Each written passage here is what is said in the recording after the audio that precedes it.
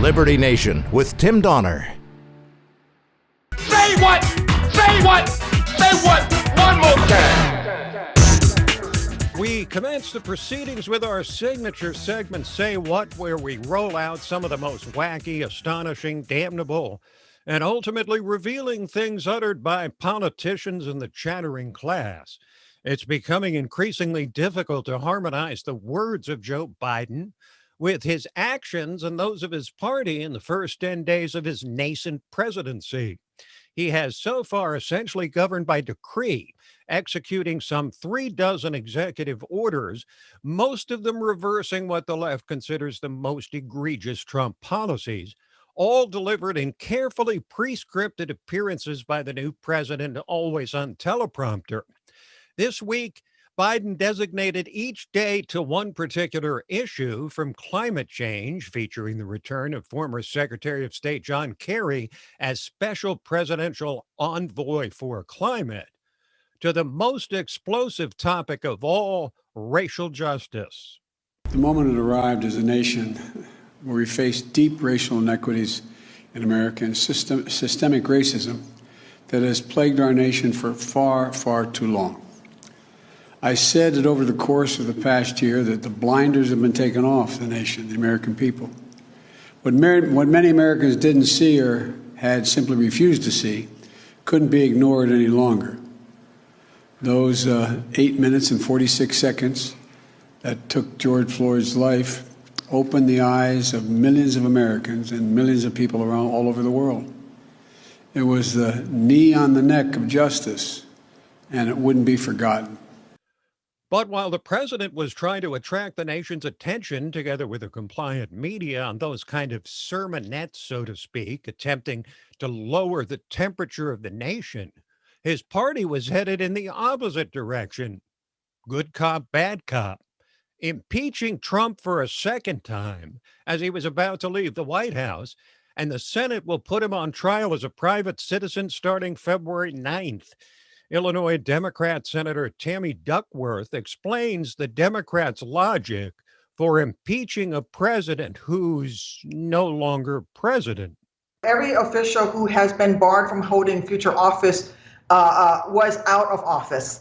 And so we have historical precedents that shows that it is constitutional to have a trial that will bar somebody from holding office in the future, because we've done it in our nation's past. So it's clear that it is constitutional.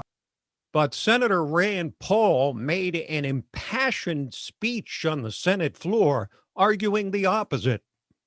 In a few minutes, I will insist on a vote to affirm that this proceeding we are about to enter is unconstitutional, that impeachment of a private citizen is illegal and essentially a bill of attainder, and that no sense of fairness or due process would allow the judge in the proceeding to be a partisan Democrat already on favor of the impeachment.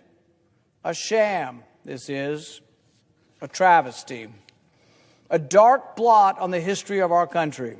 Shame. Shame on these angry, unhinged partisans who are putting forth this sham impeachment, deranged by their hatred of the former president.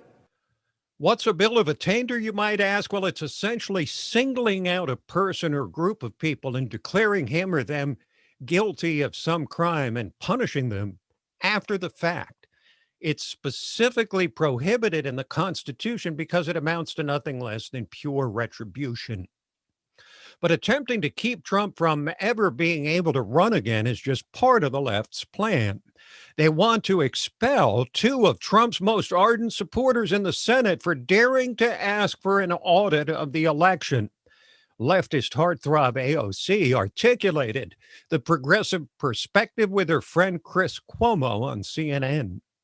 Let's bring up a vote to expel Ted Cruz and Josh Hawley from the Senate. You think they should be out? Because if we've got time on our hands, then we should be actually bringing justice to the members of Congress and the members of the Senate who also help support this insurrection. You think they should be out? Let's not.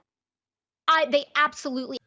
But Senator Hawley of Missouri has shown no propensity for backing down, dismissing the move to remove him and saying on Fox News that conservatives being attacked and censored by an unholy trinity must not bow down to the mob.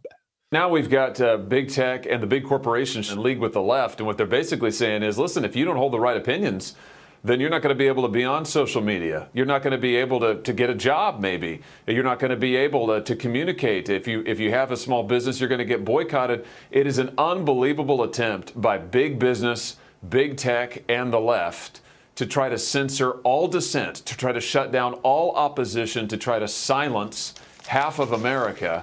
And while the Democrats talk about unity in Washington, they don't want unity. What they want is total control. And these big corporations are right there with them trying to achieve it. We've got to stand up and say, we will not bow down to the mob.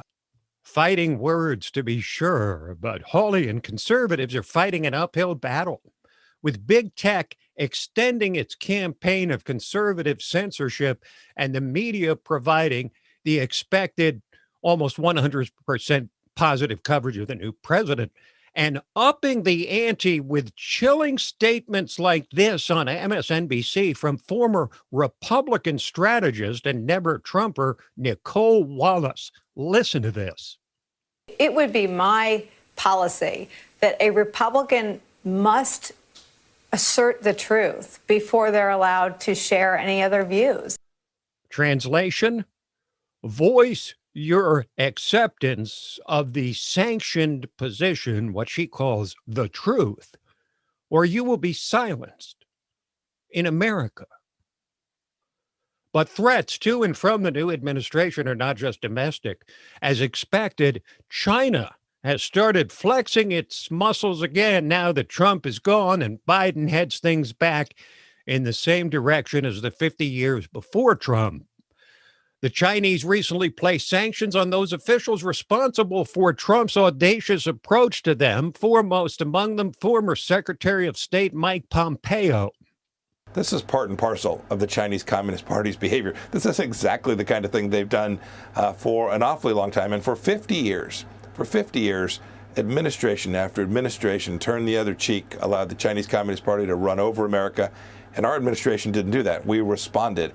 And I think the CCP is hoping that we will have been an anomaly, that we will have been one administration for 4 years that challenged them, that confronted them, that protected the American people. And so I think they wanted to impose sanctions on those individuals who executed our administration's policy and implemented it in a way that will cause anyone else, not just the current administration, but those who come behind, people in business, will say that there's a cost if you challenge China. Censorship at home and a return to a relaxed approach to our greatest adversary in the world. Buckle your seatbelts, folks. We're only 10 days in to the Biden presidency.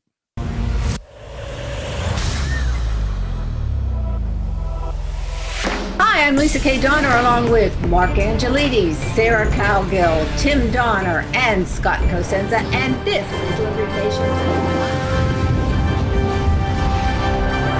Now let's take a look at the LibertyNation.com electoral leaderboard. It's still 238 for Joe Biden.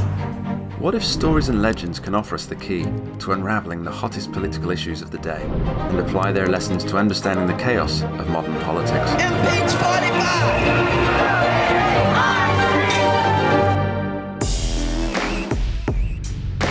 Only where freedom of speech is honored can people who look, sound, or think differently be truly free.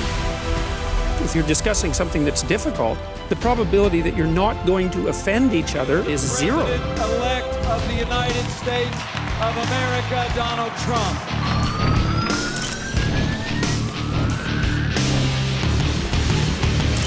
Donald J. Trump is now president. With one click, Liberty Nation delivers tomorrow's news. And remember, liberty. Today. All the time and everywhere. LibertyNation.com.